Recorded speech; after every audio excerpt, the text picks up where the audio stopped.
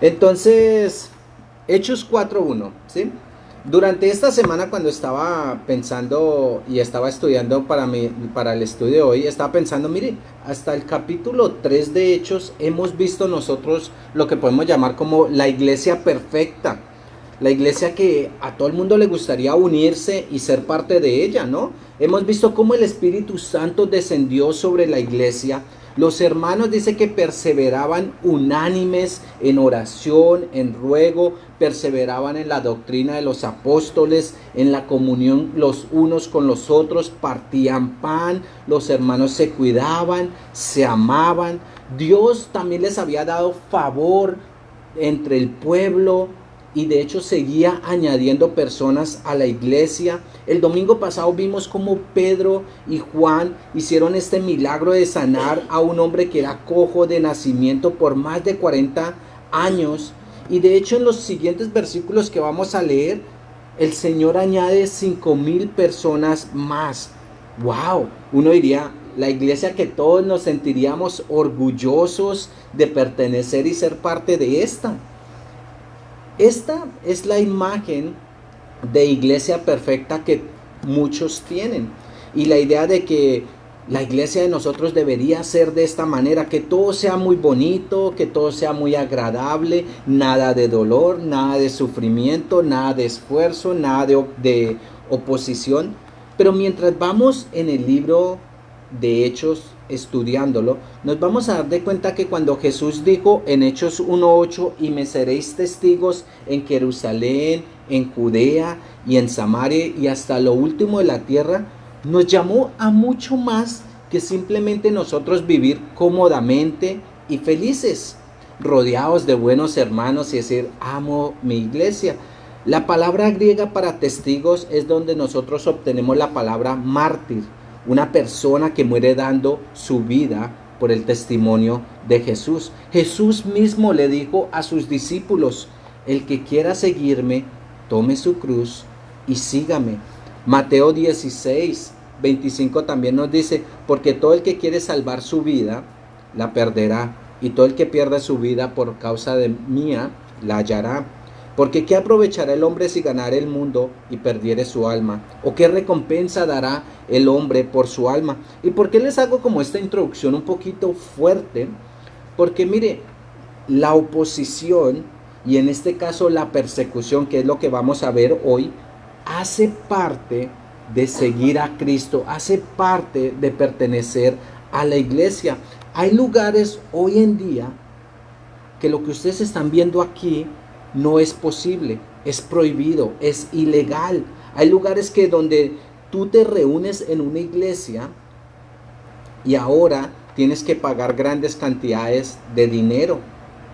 De hecho, hasta van y te colocan en la cárcel. ¿Por qué? Porque eres cristiano, porque estás en una iglesia. Jesús mismo le dijo a sus discípulos en Juan 16:1-2, dijo, estas cosas os he hablado para que no tengáis tropiezo. Os expulsarán de las sinagogas y aún viene la hora cuando cualquiera que os mate pensará que rinde servicio a Dios. También Juan 15:18 nos dice, si el mundo os aborrece, sabed que a mí me ha aborrecido antes que a vosotros. Si fueran del mundo, el mundo amaría lo suyo, pero porque no sois del mundo, antes yo os elegí del mundo, por eso el mundo os aborrece. Acordaos de las palabras que yo os he dicho, el siervo no es mayor que su señor.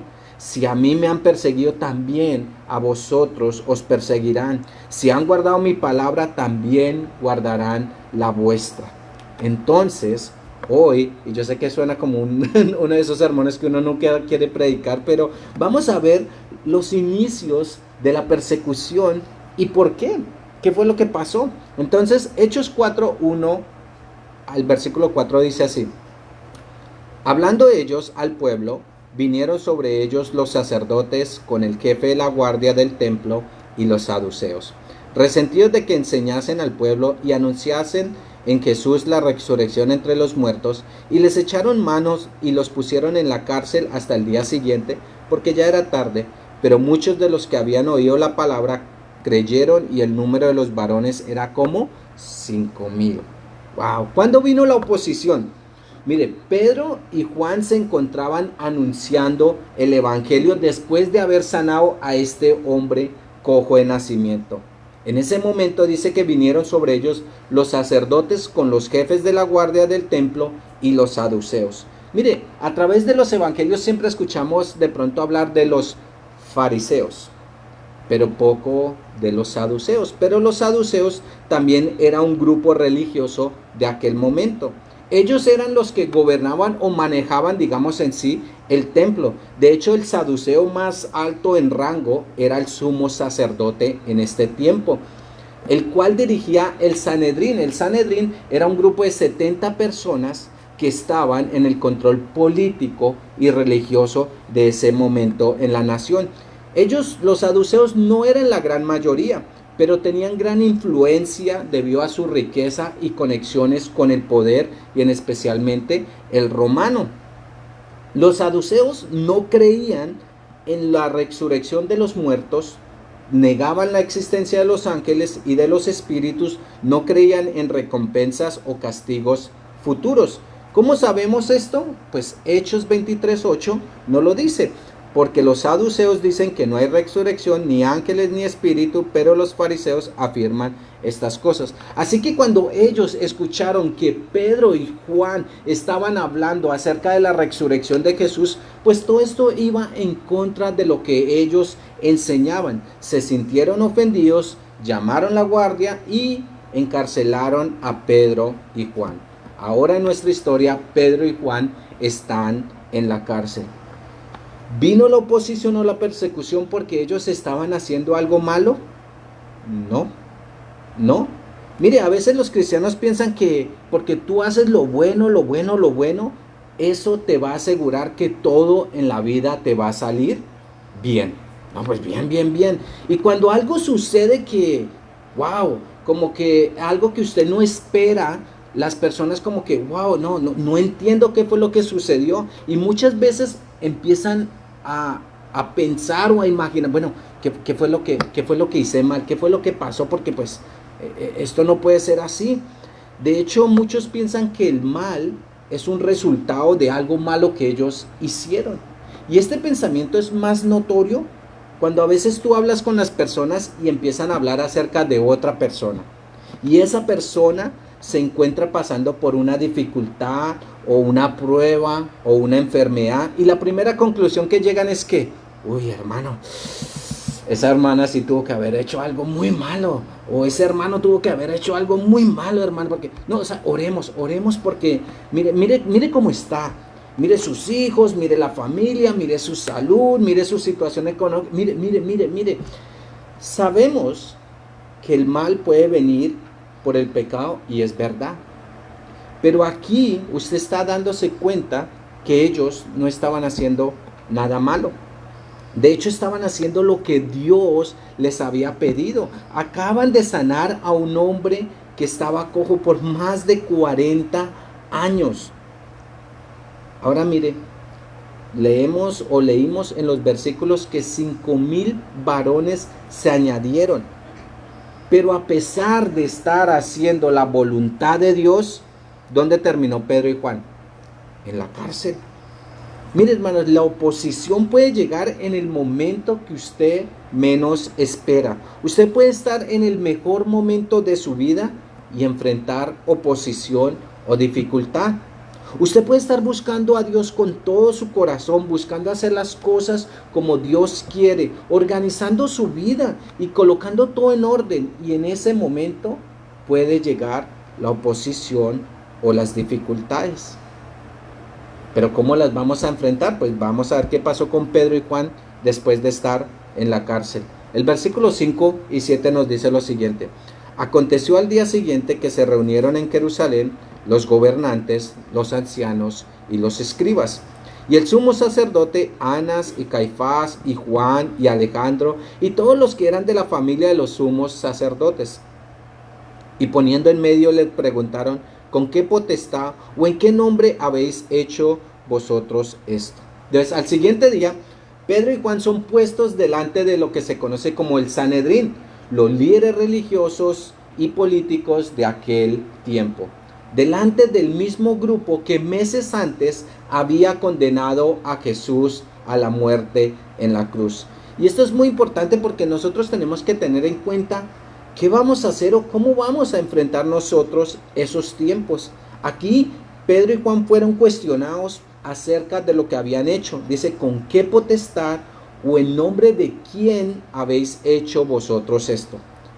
¿Cuál sería tu respuesta si tienes al frente a las personas que condenaron a tu maestro o a las personas que injustamente te han colocado en la cárcel? ¿Qué harías tú, hermano?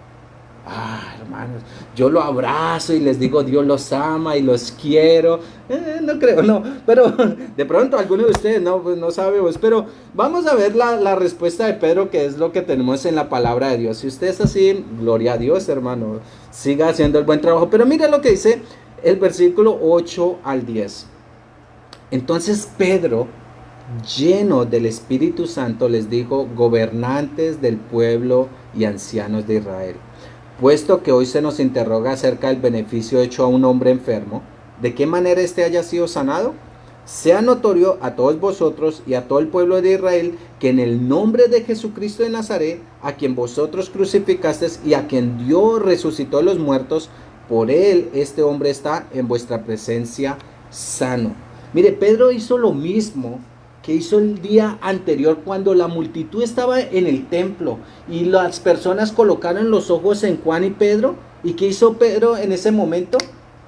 No, eso no es algo que nosotros hicimos. Y los guió al verdadero obrador del milagro, que fue Jesús. Aquí Pedro hace lo mismo. Dirigió a los líderes a Jesús. Pero una vez más les dice: mire, este milagro, este hombre que ustedes ven acá, que era un cojo, ¿lo ven ustedes caminando? Eso no lo hicimos nosotros.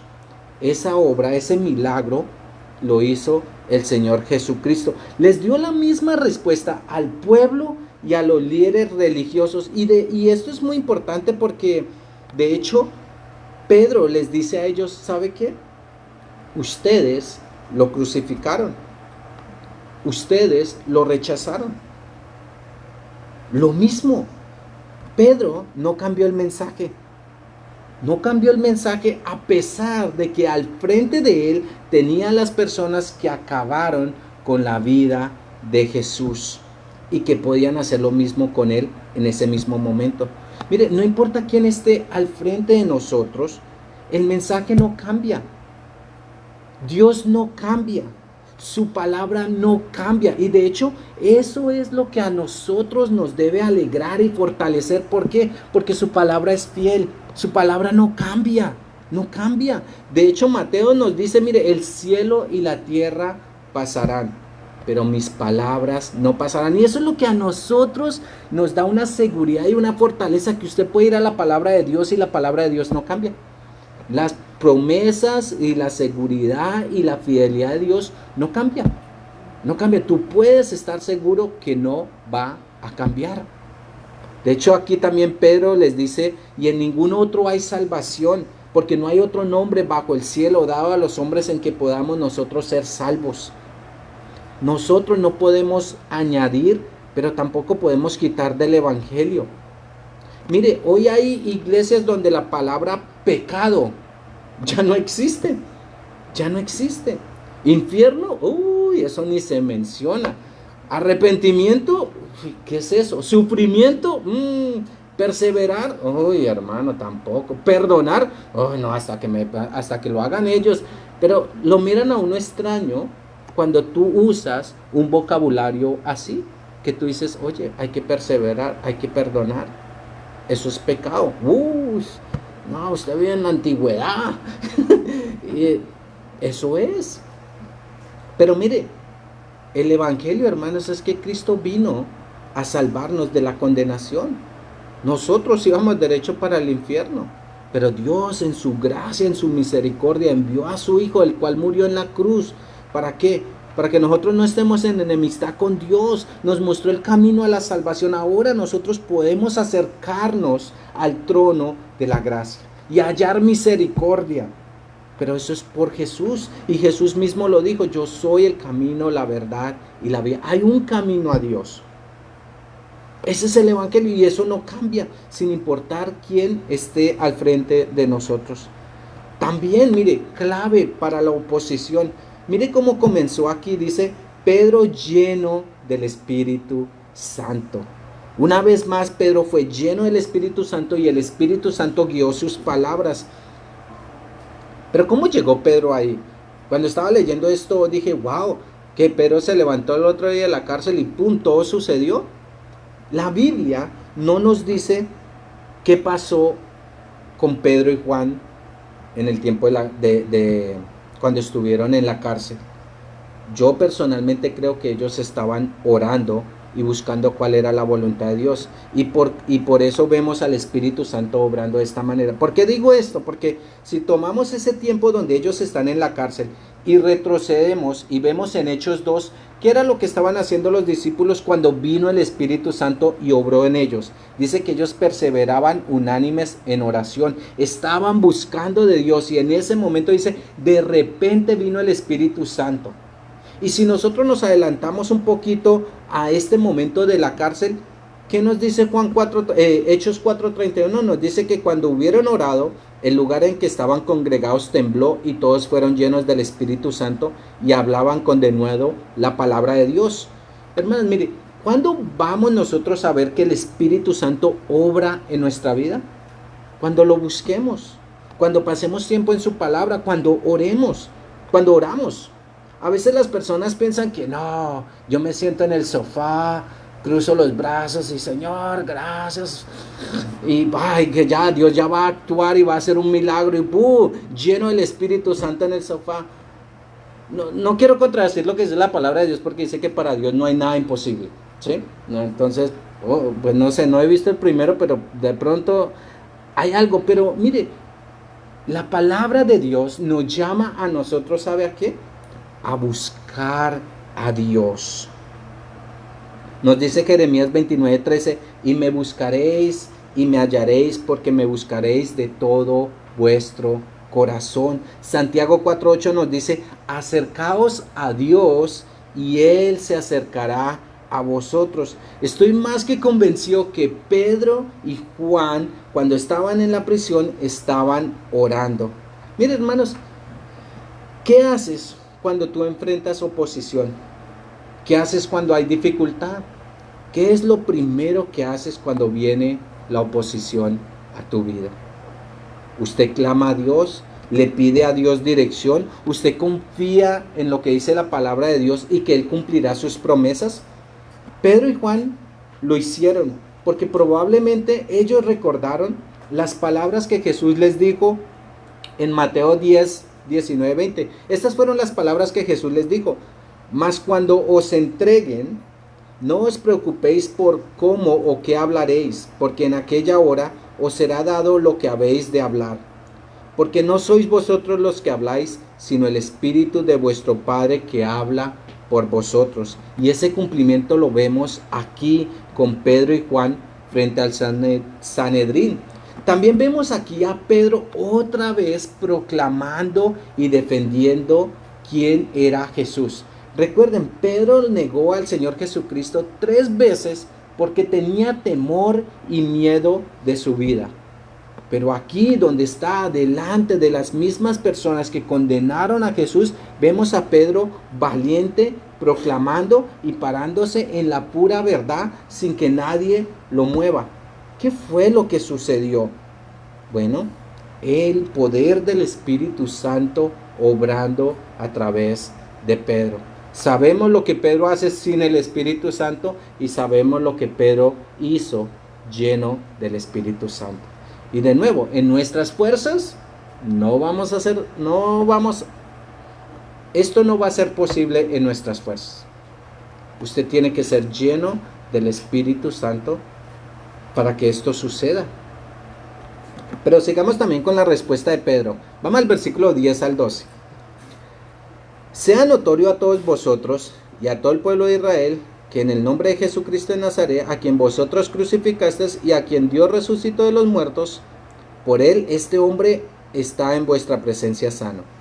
Este Jesús es la piedra reprobada por vosotros los edificadores, la cual ha venido a ser cabeza de ángulo, y en ningún otro hay salvación, porque no hay otro nombre bajo el cielo dado a los hombres en que podamos ser salvos. No sé si notaron en la respuesta de Pedro, pero quiero hacer énfasis tres cosas. Mire, la primera, la manera en que Pedro respondió. La respuesta fue con calma, con respeto. Pedro no se paró y les dijo: asesinos, injustos, ¿por qué nos pusieron a nosotros en la cárcel?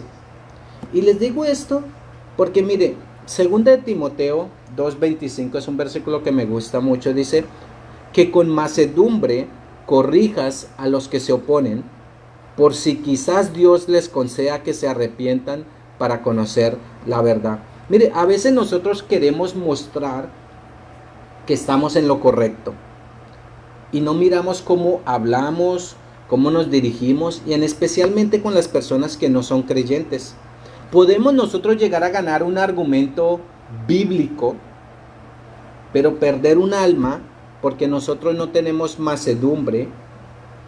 Y el sinónimo de mansedumbre es docilidad, suavidad, dulzura, apacibilidad o humildad.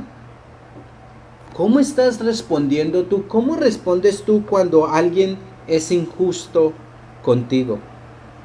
¿Cómo respondes cuando hay oposición en tu vida? ¿Tú buscas acercar a la persona a Cristo o tú buscas demostrarle a la persona que tú estás en lo correcto? Segundo, me gusta que les dijo la verdad. Pedro les dijo la verdad. Dice: este hombre ha sido sanado por medio del nombre de Jesucristo, el mismo Jesús que ustedes crucificaron. Dios lo ha resucitado entre los muertos. Y recuerden, los saduceos no creían en la resurrección. No sé cuál fue la cara de Pedro, no, de Juan, al escuchar Pedro decirles: es que ustedes lo crucificaron, ustedes son los... No sé si Pedro en ese momento pensó: pues si salimos de la cárcel, de esta no vamos a salir, porque les acaba de decir en su cara la verdad. Pero es necesario que nosotros digamos la verdad y llamemos las cosas por lo que son. Pecado es pecado. Cielo es tan real como el infierno. Hoy la verdad, nadie quiere decir la verdad porque pues tienen miedo a que, bueno, es que se va a ofender. Hermano, es que si yo le digo eso, a mí no me vuelven a hablar. No me vuelven a hablar. Pero hermanos, mire, si usted no habla la verdad, ¿cómo ellos van a saber de su pecado? ¿Cómo ellos van a saber que hay salvación para ellos? ¿Cómo ellos van a corregir sus caminos? ¿Cómo van a llegar a conocer a Dios? ¿Cómo tú vas a demostrar que en verdad los amas si no eres capaz de decirle la verdad? Es muy importante. Mire, que nosotros hablemos con mansedumbre no quiere decir que vamos a tapar la verdad.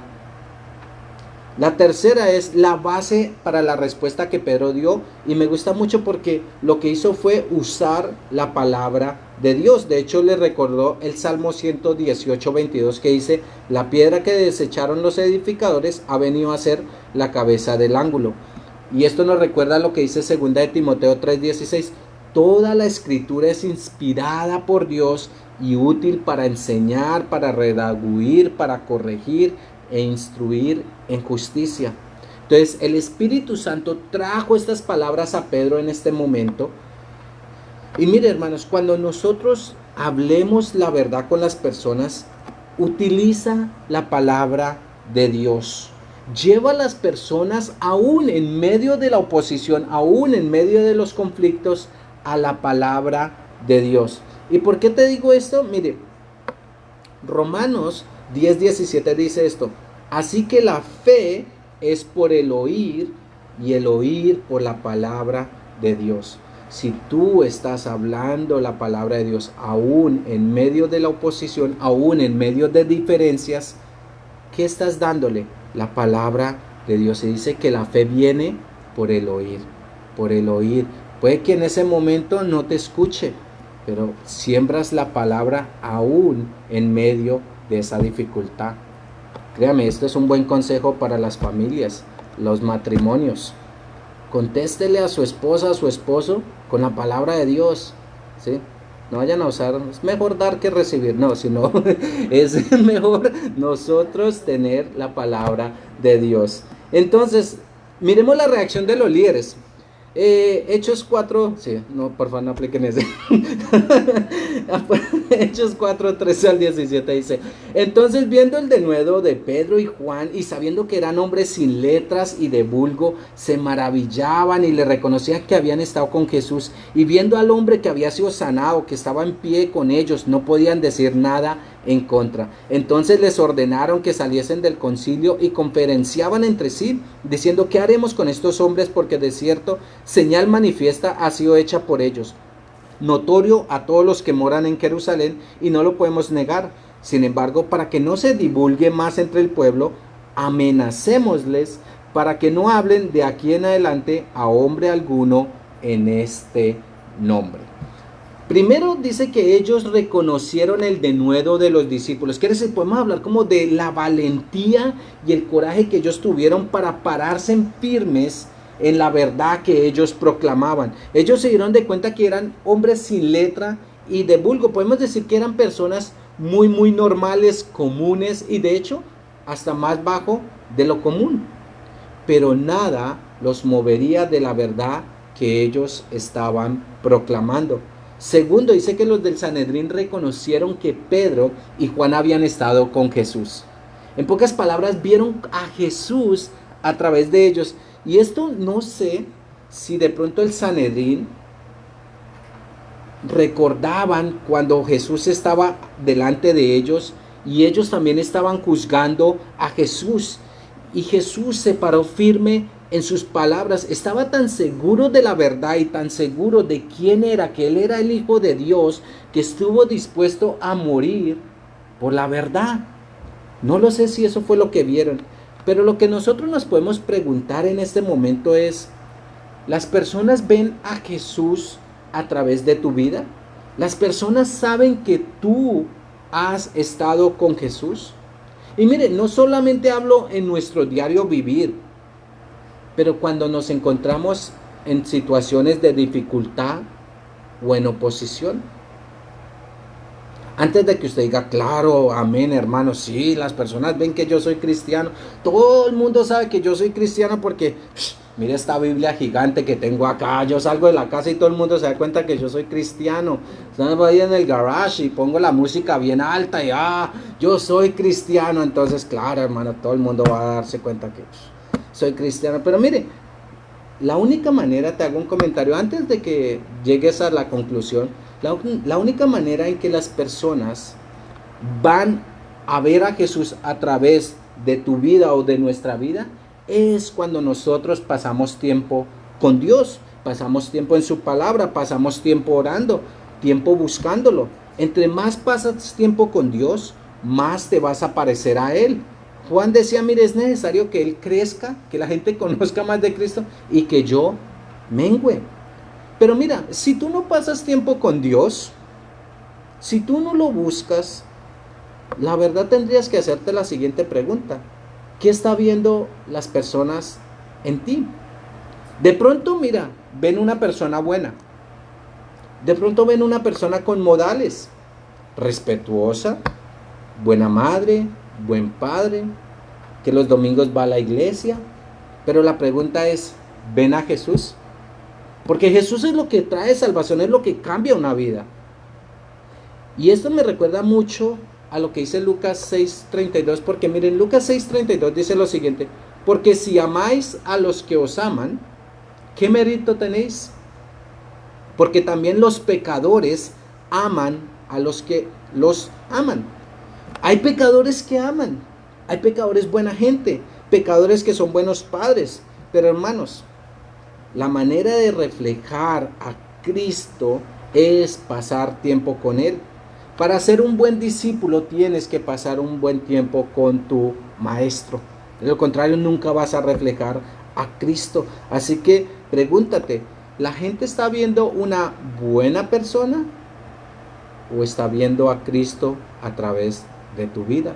Es algo que nos debemos nosotros preguntar. Tercero, dice que vieron al hombre curado al lado de ellos y no pudieron decir nada. Mira, si tú vives para el Señor, hay cosas que por más que la gente quiera decir en contra tuyo o algo, tu vida y la manera en que la vives va a hablar por sí sola, va a contradecir lo que las otras personas quieran decir.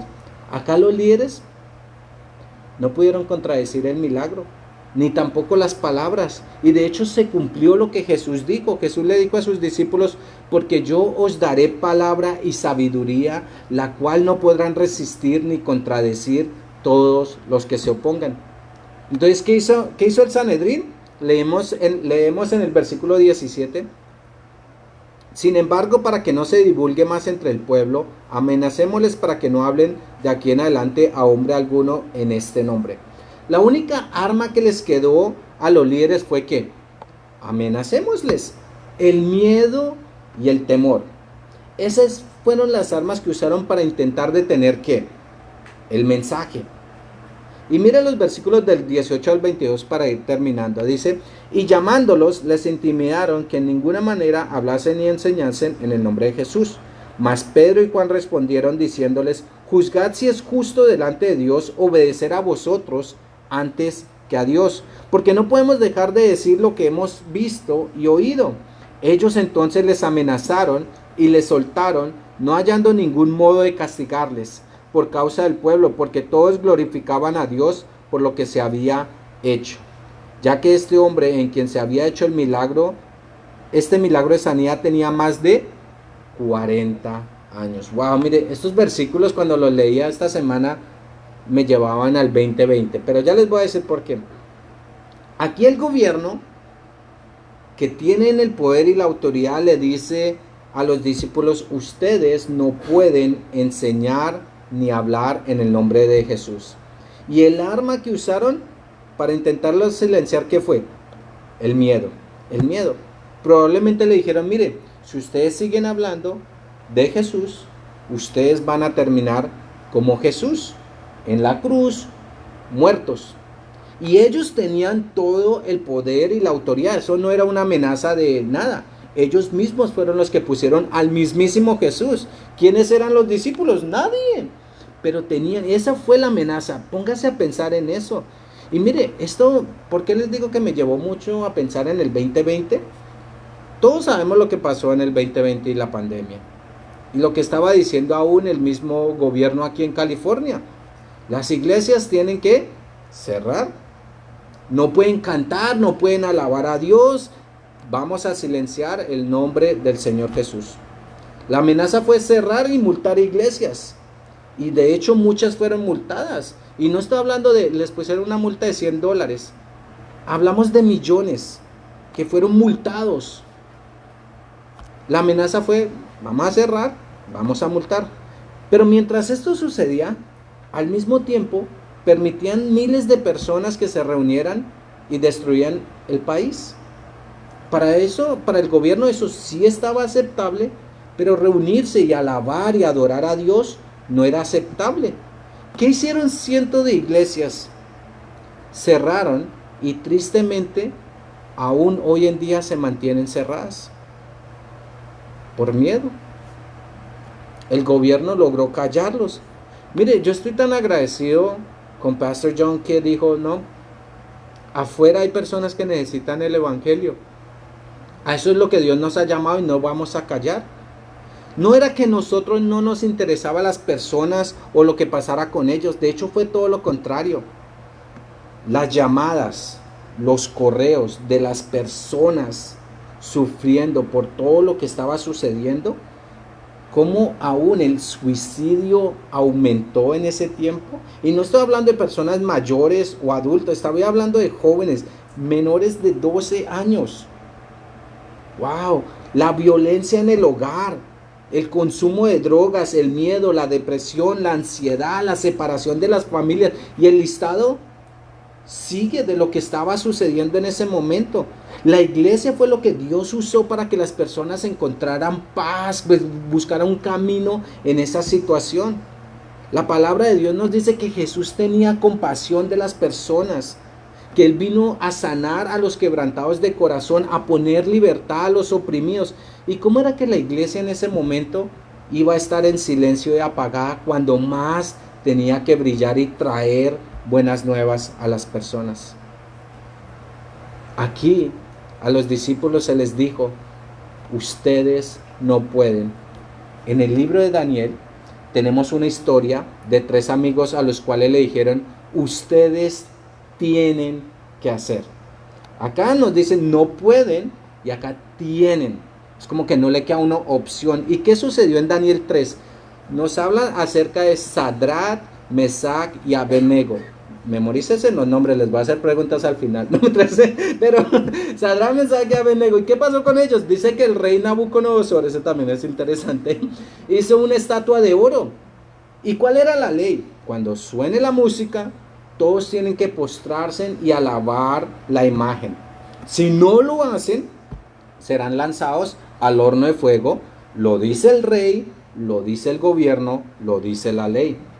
Bueno, sonó la música, Sadrach, Mesach y Abednego no se postraron. Los trajeron a donde el rey y el rey les dijo: bueno, ustedes conocen la ley, yo soy el rey. ¿Qué es lo que va a suceder? Les voy a traer la música y ustedes saben lo que tienen que hacer. Llamó al mariachis, le dijo: ok, y tocó la música. ¿Y qué pasó? ¿Ellos se postraron? No, mire, ¿cuál fue la respuesta de ellos? Dice: respondieron al rey Nabucodonosor diciendo, esto se encuentra en Daniel 3:16, no es necesario que te respondamos sobre este asunto. He aquí nuestro Dios a quien servimos puede librarnos del horno de fuego ardiente, y de tu mano, oh rey, nos librará. Y si no, oh rey, que no serviremos a tus dioses, ni tampoco adoraremos la estatua que has levantado. ¿Qué pasó? En ese momento Dios envió ángeles y los protegió. No, fueron lanzados al horno de fuego. Pero ahí en el medio estaba alguien, personalmente, que creo que fue el Señor Jesucristo. Los salvó y solo se quemaron las cuerdas con los que habían sido amarrados. El miedo siempre es usado para detener el mensaje. Y como van las cosas en este país, hermanos, no sería nada raro que la persecución aumente y usted vea que las iglesias siguen y siguen cerrando. Pero tenemos que hacernos nosotros una pregunta.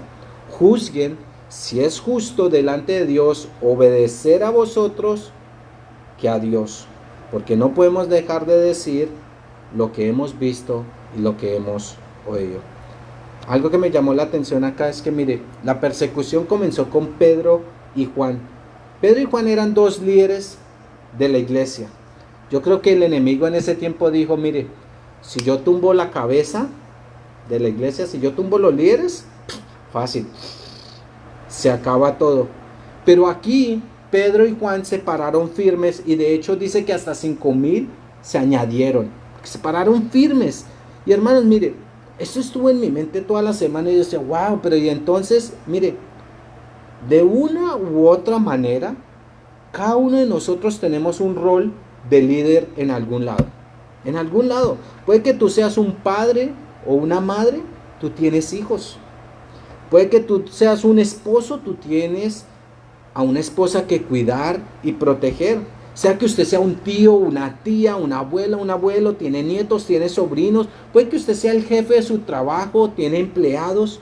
Sea donde sea que Dios te haya puesto, tú te vas a dar de cuenta que tienes un rol, tienes un papel. Y que el enemigo siempre va a querer silenciar el mensaje, y lo va a empezar haciendo porque por los líderes. Si tumba la cabeza, sabe que todo se viene abajo.